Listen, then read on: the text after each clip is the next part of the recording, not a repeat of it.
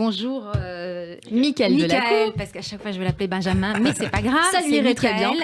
Voilà, donc Nicolas Vanier, l'ivresse des voyages vous a saisi très tôt, et le Grand Nord, la Sibérie ou l'épopée de la traversée du Canada avec des chiens de traîneau sont pour vous des voyages nécessaires pour éprouver et ressentir la beauté et l'âpreté de la nature.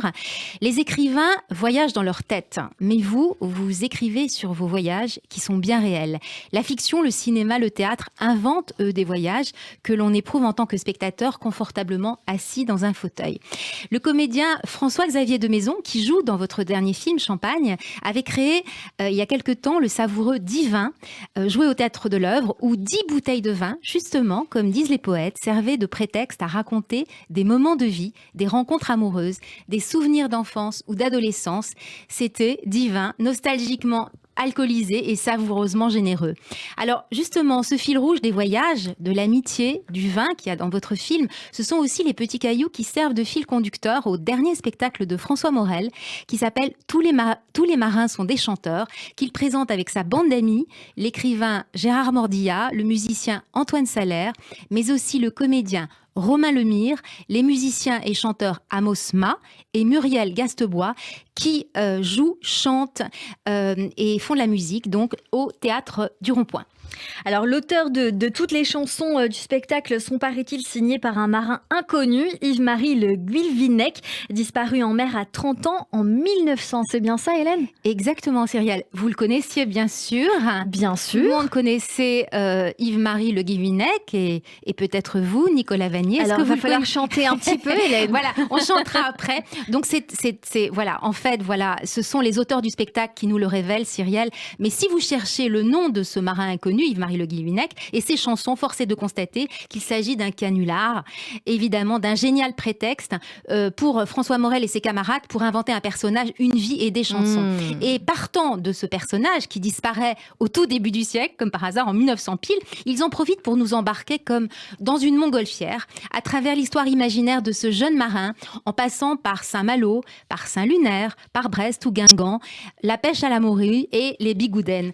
Il y a des chansons dans ce spectacle cocasses, grivoises, provocantes, mais aussi poétiques et drôles, qui se mêlent à des scènes burlesques qui permettent d'évoquer sous forme de cartoons le temps qui passe, les habitudes qui perdurent, les mariages qui se font et qui se défont et l'industrialisation de la pêche qui a fait des ravages sur les côtes. On en écoute un extrait. Pour raconter la solitude, le vent qui souffle l'amitié, le mal de mer et l'inquiétude, le rhum qui fait tout oublier. Tous les marins sont des chanteurs. Alors, évidemment, c'est nostalgique, c'est un peu délirant. On explore les premières cartes postales des ports bretons, les chansons de l'époque, revisitées par l'humour de ce quintet de choc. Ces histoires sont racontées sous la forme d'une conférence donnée par un spécialiste très sérieux, passionné, qui dramatise la vie du héros comme s'il s'agissait de Victor Hugo.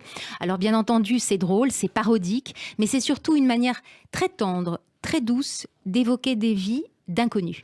Et alors, bien sûr, cette question toujours sur la scénographie, y en a-t-il une particulière pour nous faire voyager, Hélène ?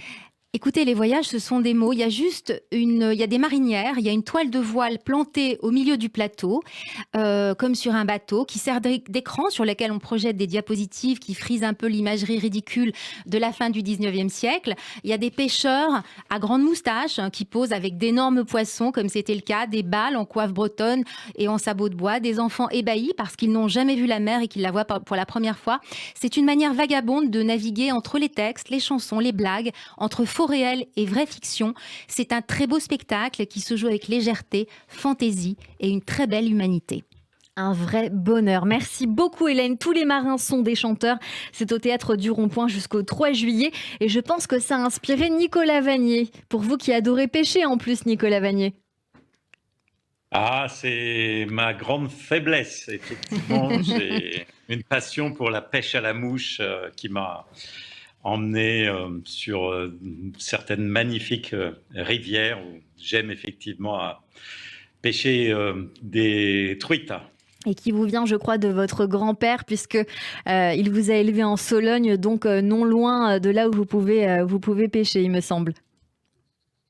Oui, bah, j'habite d'ailleurs Et vous encore habitez cette aujourd'hui, maison. effectivement, la ferme de mon grand-père, autour duquel bah, j'ai tourné, entre autres, le film que vous évoquiez tout à l'heure, L'école buissonnière, avec ces mêmes acteurs formidables que sont Éric Elmosino Tout à et fait. Valérie Kersanti. Et effectivement, j'ai appris dans les bois de Sologne l'amour de la nature et ce partage, parce que l'amour, c'est donner et recevoir. Et moi, j'ai reçu, voilà, de la nature. Beaucoup de choses, elle m'a donné beaucoup de choses et je me suis effectivement nourri de toutes ces années passées avec mon grand-père, avec un garde-chasse qui m'a beaucoup appris de la nature, des animaux. Est-ce que vous avez un souvenir gravé, mémorable, un seul souvenir, si vous deviez n'en citer qu'un seul, Nicolas Vanier, avec votre grand-père en Sologne?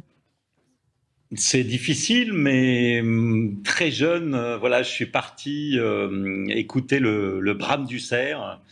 C'est vraiment voilà, quelque chose de très, comment dire, préhistorique dans cette soirée sombre avec la lumière de la pleine lune, voilà, ce bruit rauque dont on ne sait pas trop quand on est enfant d'où il vient. Il est à la fois effrayant, voûtant. C'était voilà un souvenir de la forêt, un souvenir qui mariait la nature, les animaux, la forêt à quelque chose de très marquant.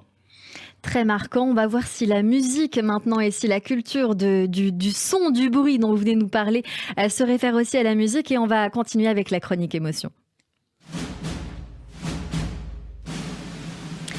Nicolas Vanier, on l'a constaté dans cette émission, vos goûts culturels en disent parfois long sur vous, sur nos invités. On va aller encore une fois vérifier cela ensemble, d'abord avec votre musique. Et oui, Pink Floyd, un groupe britannique de rock londonien qui a été formé en 1965 jusqu'en 2014, il me semble, et qui a sûrement marqué vos années 70 et 80. Le groupe est considéré très longtemps comme une référence dans le rock progressif et la musique psychédélique. De ses débuts jusqu'à maintenant, le groupe a vendu plus de 200 millions d'albums dans le monde. Pour l'anecdote, le nom du groupe est en fait formé du nom de deux de leurs idoles, les bluesmen américains Pink Anderson et Floyd Council. Ça, très peu de gens le savent, beaucoup l'ignorent. Le groupe est notamment connu pour leurs albums comme The Dark Side of the Moon, sorti en 73, ou encore The Wall, sorti en 79. Quel est votre album préféré? Pourquoi vous aimez ce groupe, Nicolas Vanier? Mais pour tout vous dire, j'ai commencé, si on peut appeler ça comme ça, très très tardivement à écouter de la musique parce que je suis parti voilà, très très jeune dans ces voyages qui m'ont emmené en Laponie, au Canada, en Sibérie. Et ma musique, c'était celle des oiseaux, c'était celle de la nature. Et je n'avais jusqu'à l'âge de 30 ou 35 ans absolument aucune culture musicale.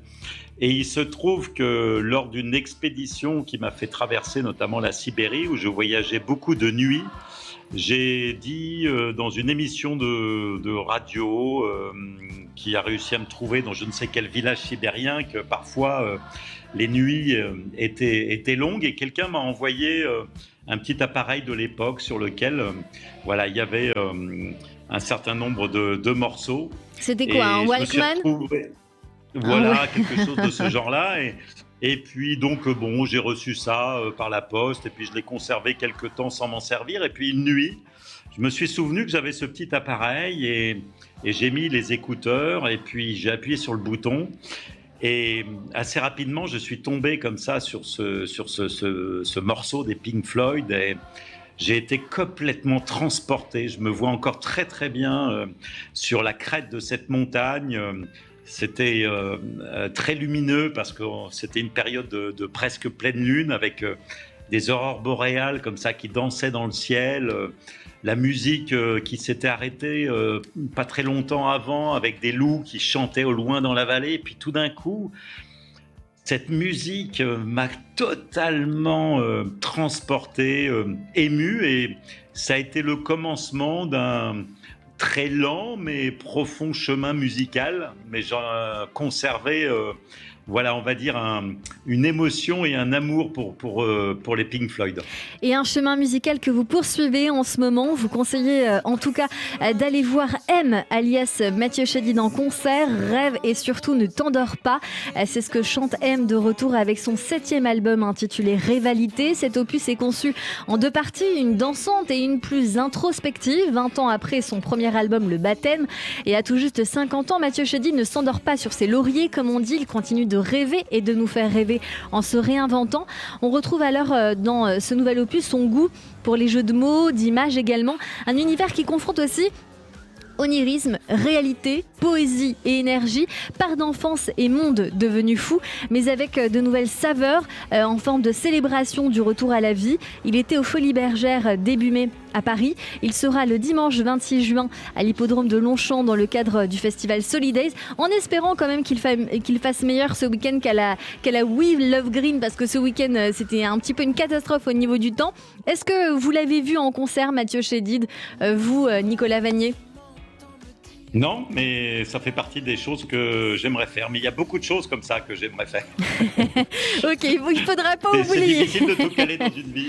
C'est vrai, c'est difficile de tout caler dans une petite vie. C'est pas toujours évident. On va se concentrer encore sur votre playlist actuelle avec 3 titres. Alors 3 chansons de votre playlist. Shallow, tiré du film Star is Born avec Lady Gaga et Bradley Cooper, sorti en 2018. Ou encore Toi plus moi de Grégoire, sorti en 2008. Ça, c'est votre côté romantique.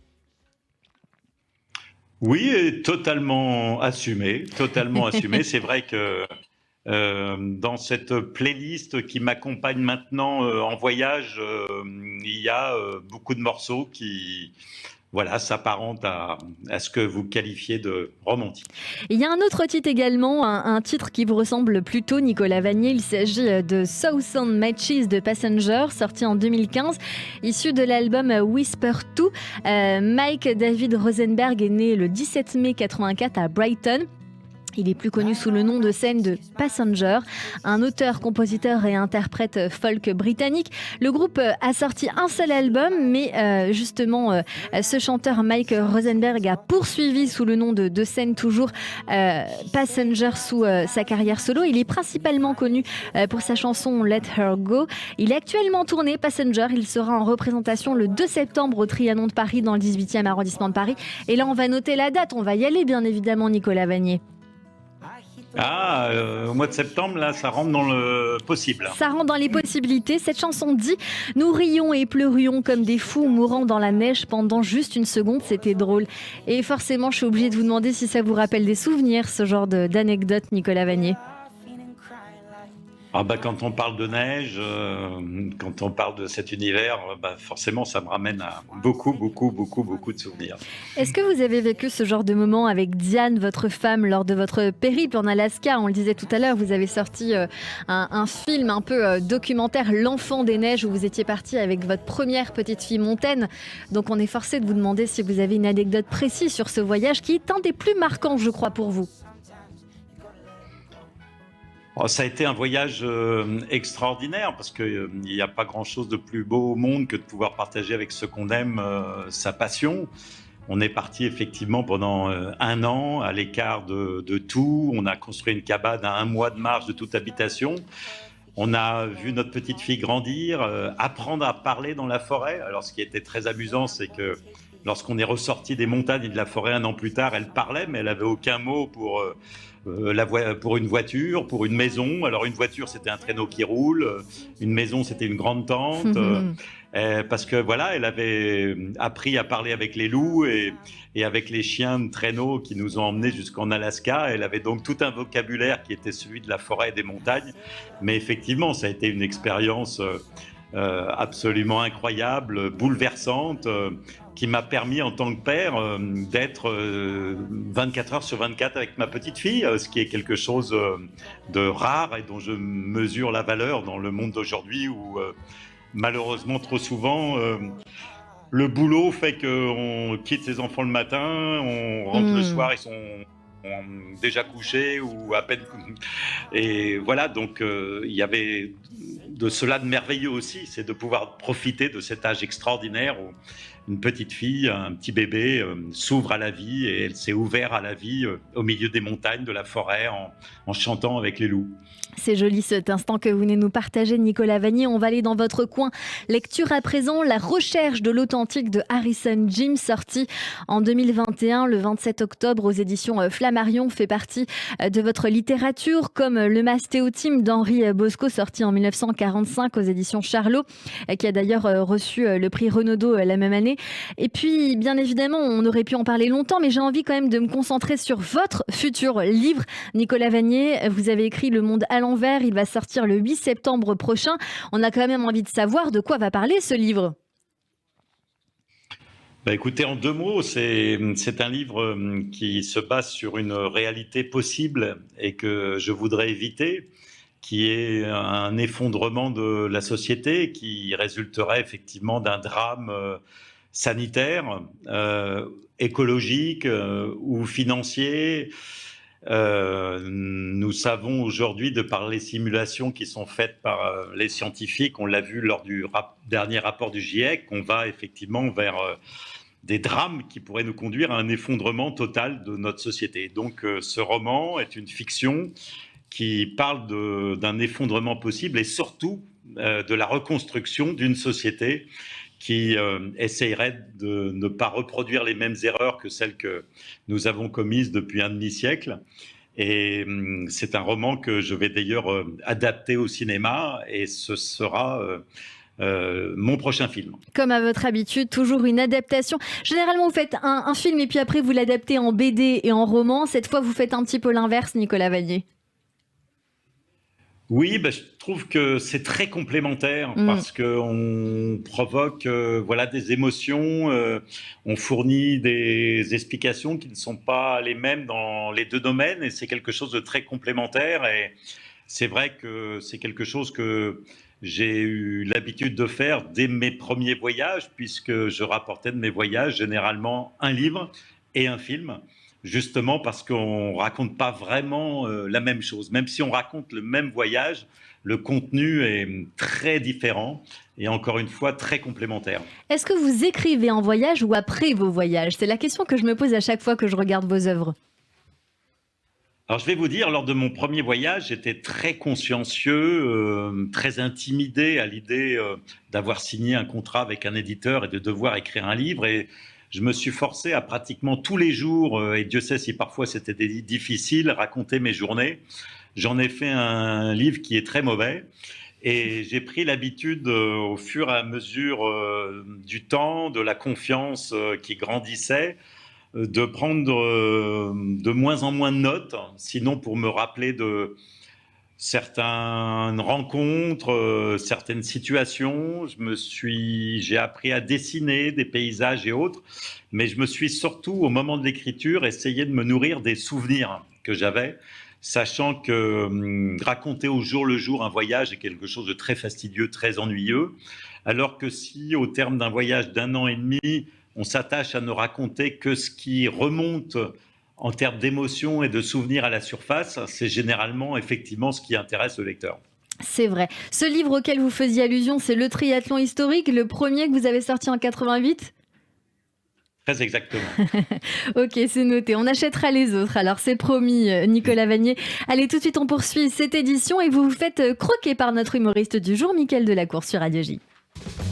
Le rôti de sanglier au velours, le lapin à la cabriole. Oh, la cabriole. Et si j'ai encore une petite faim, vous me donnerez un yaourt. Puis alors vite, parce que je suis très pressé. Et on n'est pas très pressé. Bonjour, Mickaël Delacour. Bonjour Cyrielle. Alors, bonjour. on se demande à quelle sauce va être mangé Nicolas Vanier. À distance, cette fois. Ouais, sauce au vin, on espère. Et ouais, bonjour Cyrielle, bonjour Hélène, bonjour Nicolas Vanier. J'espère que vous allez bien. En tout cas, Je vais bien jusqu'à maintenant. Je ne sais pas à quoi m'attendre, mais pour l'instant, je vais bien. bon, on va voir. Écoutez, moi de mon côté, je vous avoue que ça va mal. Et je sais, c'est pas très poli de dire ça, déjà parce qu'il ne s'agit pas de parler de moi dans cette chronique. Et puis bon, de toute façon, quelqu'un qui va mal, tout le monde s'en fout, moi le premier. Quand je rencontre une personne pour la première fois et qu'elle trouve le moyen de se plaindre de quoi que ce soit d'ailleurs, je suis le premier à lui préconiser l'euthanasie. Non, mais si tu vas, si tu vas tellement mal et qu'en plus t'as pas un proche, un psy ou au moins un auditeur radio pour t'écouter, au point que tu préfères emmerder le premier venu avec tes problèmes de collègues alcooliques ou d'enfants qui fait passer nuit, je veux bien être bienveillant 2 minutes, mais la logique préconise plutôt un sommeil éternel, pour abréger tes souffrances et pour abréger les nôtres. Ça sent le vécu, ça, quand même, Mickaël Delacour. L'euthanasie, pas encore. Ok. Donc voilà, pardonnez-moi pour cette introduction un peu longue, chose qu'on me reproche rarement par ailleurs. Mais mon désarroi exprimé en préambule est en lien avec ma mission du jour. Je m'explique. Pour vous faire plaisir, Nicolas Vanier, j'avais entrepris de venir sur le plateau avec vos 2 plats préférés, spécialement préparés par mes soins pour l'occasion. J'ai nommé la salade de poulpe et le magret de palombe à la plancha sauce au vin. Alors, d'habitude, je suis pas si ambitieux, mais il s'avère que j'adore moi-même le poulpe, le magret, la palombe et le vin, ainsi que la plupart des planchas, sauf bien sûr la plancha repassée. Et donc, voilà, fier de mon idée, j'ai donc regardé la recette, mais j'ai un problème en ce moment, c'est que j'ai beaucoup de temps. Je suis intermittent. J'ai même trop de temps, surtout pour penser, et quand je pense, j'ai des idées. Et parfois ces idées... Alors j'ai ouï dire que la connerie est parfois proche du génie, mais dans le cas présent, j'ai quand même la sensation d'avoir été moins proche d'un Cédric Villani que d'un Franck Ribéry. En effet, alors que je m'apprêtais à me procurer les ingrédients pour le menu du jour, j'ai pensé, mais va au bout de ton idée, Mickaël, tu reçois un grand aventurier qui a traversé la Laponie, l'Alaska, la Sibérie, ces poulpes et cette palombe, tu dois les mériter, hors de question de les s'acheter. C'est comme ça que j'ai rendu visite à mon oncle Marcelin, grand chasseur devant l'Éternel, chasseur de gibier marin comme aérien, mais aussi, selon ses dires, quand sa femme est couchée et qu'il est bourré, chasseur de fin de soirée. Bref, ce n'est pas le sujet, mais j'ai donc expliqué mon ambition à mon tonton, qui, perplexe, m'a néanmoins soutenu et m'a fourni un harpon et un fusil. Et m'a installé sur son terrain d'entraînement de baltrap. C'est alors que, réglant la mire pour mon premier tir, j'entendis mon oncle hurler « Poulpe !» et que je vis une magnifique pieuvre voler au loin. Mon sang ne fit qu'un tour, je visais, je tirais et bim ! Le poulpe éclata en autant de morceaux qu'il avait de tentacules et je me réveillai en sursaut sur la feuille du brouillon de cette chronique. Alors que peut-on en conclure ? Tout d'abord que la nuit ne porte pas toujours conseil pour écrire une chronique, le rapprochement phonique entre le mot poulpe et le mot poule, de même que l'image du poulpe qui vole telle une palombe était beaucoup plus marrant dans mon rêve. Et enfin, qu'il ne faut pas prendre ses rêves pour des réalités, mais qu'il faut s'inspirer de ceux qui suivent leurs rêves. Comme vous, Nicolas Vanier, vos aventures continuent de nous inspirer.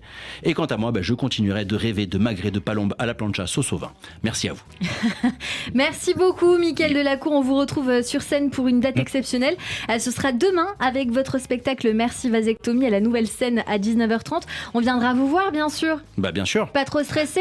Ça va, un petit peu quand même. Ça se prépare. Allez, on vous souhaite bonne chance. En attendant, on vous retrouve bien sûr sur tous nos réseaux sociaux, sur bien sûr radioj.fr et en podcast sur YouTube de Radio J et radioj.fr. Merci Mickaël Delacour. Merci à vous.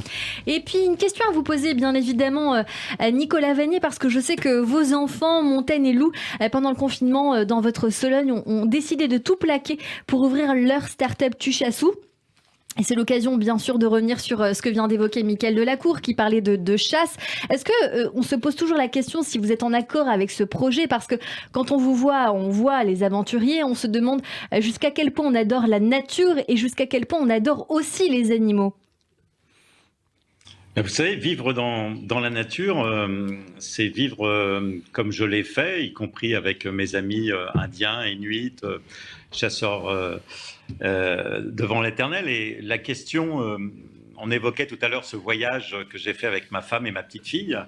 Notre supermarché, c'était la nature, et c'est notre supermarché à tous, sauf que nous avons de nombreux intermédiaires qui malheureusement coûtent très très cher à la planète, font et occasionnent des dégâts considérables à toute la biodiversité.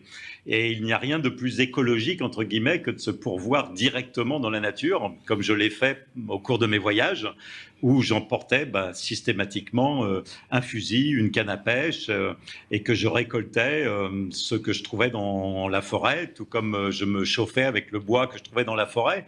C'est quelque chose que j'ai appris en Sologne, où nous nous chauffons avec le bois que effectivement nous récoltons dans la forêt, où nous mangeons en fonction des saisons. En ce moment, c'est les girolles, des champignons et des fraises des bois. comme je disais tout à l'heure, l'amour, c'est donner et recevoir. Et donc, recevoir aussi de la nature, c'est prendre ce qu'elle nous donne. Et il y a une partie, heureusement, sinon, être humain, nous n'existerions pas. Il y a une partie qui peut être effectivement dans la nature prélevée, que ce soit du bois, que ce soit des poissons dans les mers ou dans les rivières, que ce soit du gibier. Et ça fait partie voilà, de mon histoire personnelle, de celle de mes enfants. Et c'est cette chasse naturelle responsable qu'ils essayent de promouvoir, qui n'a rien à voir avec 90% des chasses qui sont effectivement pratiquées en France, que je condamne, pour certaines de façon assez violente, comme la chasse qui est pratiquée aujourd'hui en Sologne dans ces enclos, comme ces chasses qui sont pratiquées sur du gibier d'élevage. Donc voilà, il faut savoir faire la part des choses. Et encore une fois, je parle très ouvertement et sans tabou de ces sujets-là. Merci beaucoup Nicolas Vanier. On poursuit cette émission dans un instant avec vous, bien sûr. Et puis je rappelle que vous venez de réaliser le film Champagne en salle demain. Restez avec nous sur Radio J.